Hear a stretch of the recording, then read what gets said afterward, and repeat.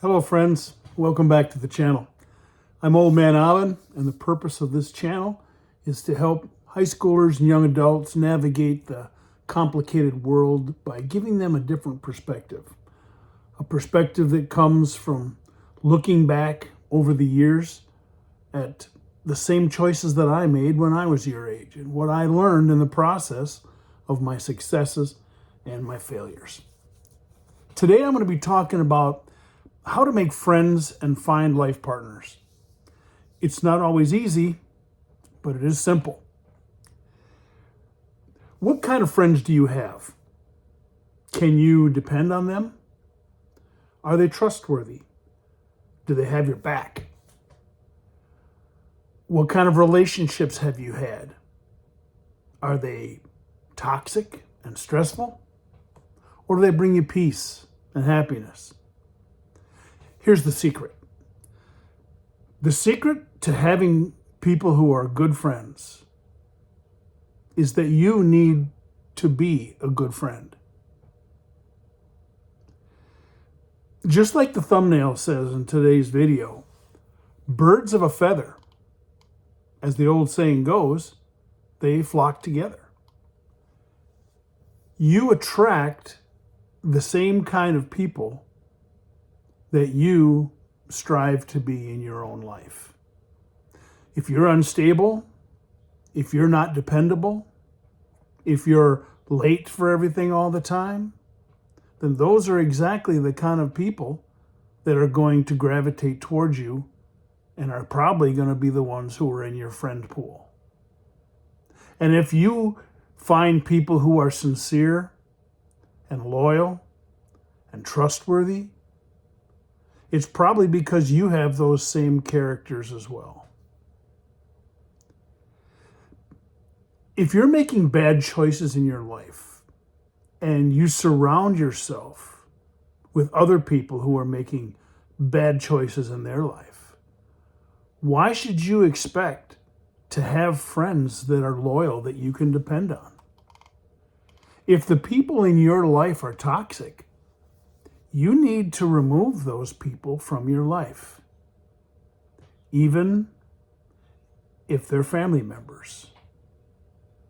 Now, this is hard. And I don't mean it's hard to eliminate family members for your life.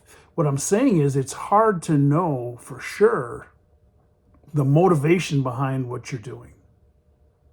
The hardest part about living a good life as a Christian or just as a good person, the hardest part is being honest with yourself, brutally honest. People don't realize how much they lie to themselves.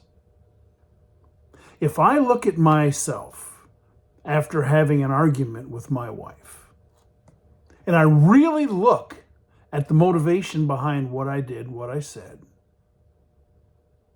and I come to the conclusion that, yeah, she's probably right. Now, at that point, I can raise my pride and say, I'm not going to admit that I was wrong. I'm not going to apologize. Or I can do what I know is right, which is go find that compromise and say, yeah, I'm sorry. I was a dork. I was a moron.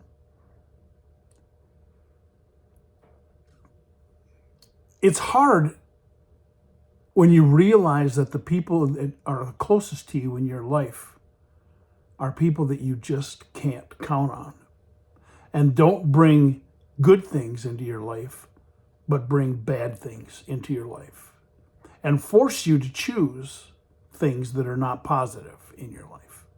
Let me tell you a story. One day when I was in my 20s, in my mid-20s, my sister Tammy called me. She was excited because out of nowhere, she got a call from our birth mom, and they were going to meet up. Now, my sister was too young to remember because she was a baby.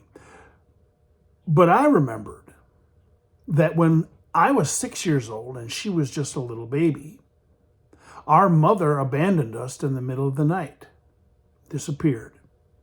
And we hadn't seen or heard from her in 15, maybe even 20 years by this point. We ended up being adopted by our grandparents, and you can see this story. If you go into the playlist, you can look, and my whole life story is laid out there in several videos about how I became and got to where I am today. She left us in the middle of the night and never came back, never looked back. So I said to my sister, this is a slippery slope. This is dangerous.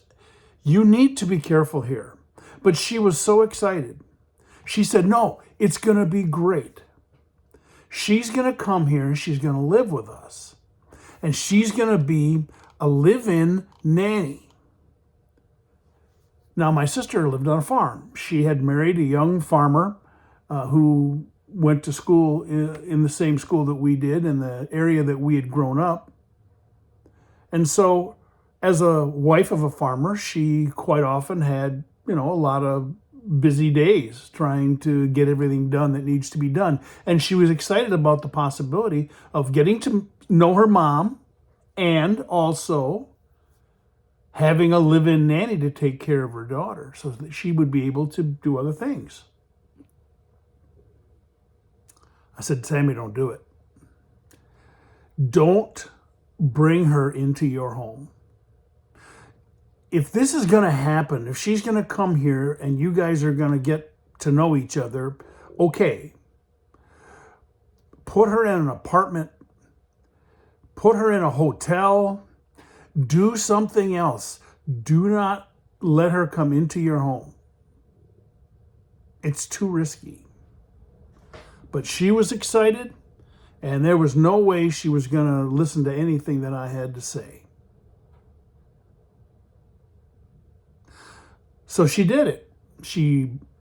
I didn't meet mom, my biological mom. I never went to see her. I just knew that it was happening. 2 months after my mom had moved in with my sister, I got a phone call.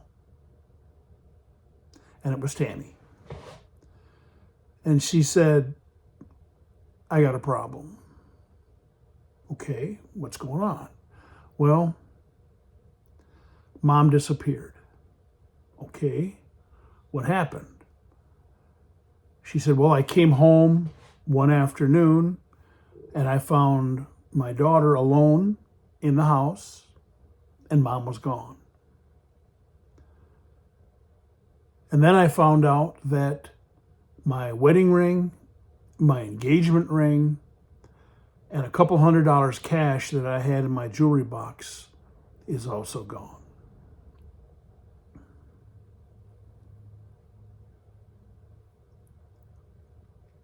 Now, my sister didn't need to hear me say, I told you so.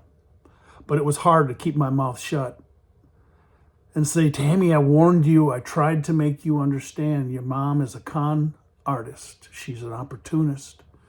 She's not what you want her to be. I know what you want her to be. She's not that person.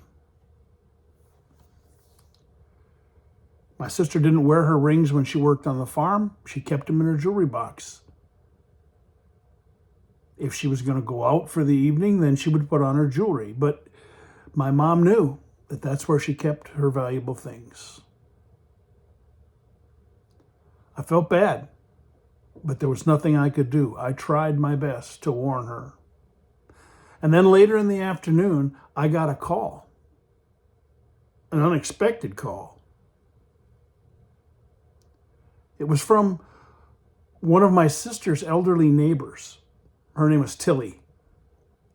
And she called me and she said, is this Tammy's brother? I said, yeah. Who's this? And she said, it's Tilly. I live next door to Tammy. Oh, hi, Tilly. How are you doing? Well, I've got a little problem and I thought maybe you could help me. I said, well, can I do anything I can? She said, well, I asked your sister and she doesn't know. But I was wondering if you knew how to get a hold of your mother. Because she borrowed some money from me and she said she was going to pay it back as soon as she got back home.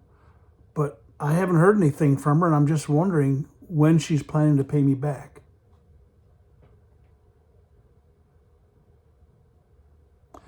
I said, Tilly, how much money did she borrow? She said, well, she came and she told me she needed enough money to get a plane ticket to get back home, and she didn't have it on her. But if I would give her the money, so I gave her $500.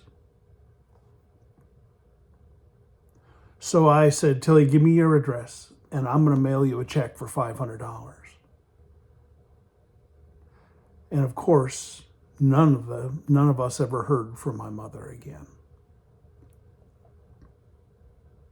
And then a week after that conversation that I had with Tammy, she got another phone call from the corner store in the neighborhood where they live.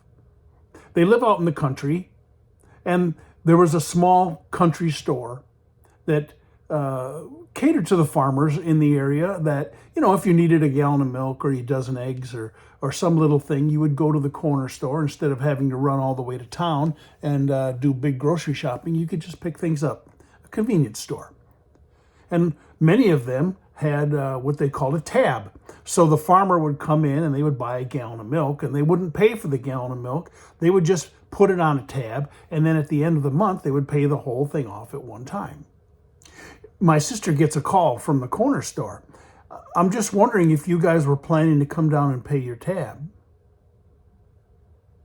My sister said, but we don't have a tab. We haven't bought anything on and had it on a tab. And the guy from the grocery store said, well, your mom was buying things and putting it on a tab for you. See, my mom had gone down to the corner store every day and had bought about $1,000 worth of beer, cigarettes, and lottery tickets. And now my sister was stuck with that bill too. The hardest part about relationships is being honest.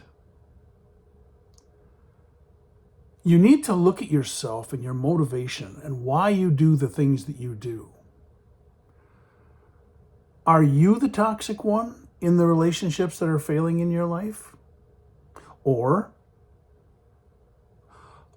are the other people in your life, your friends, your relationships, your family, are they toxic and you're causing stress in your relationships?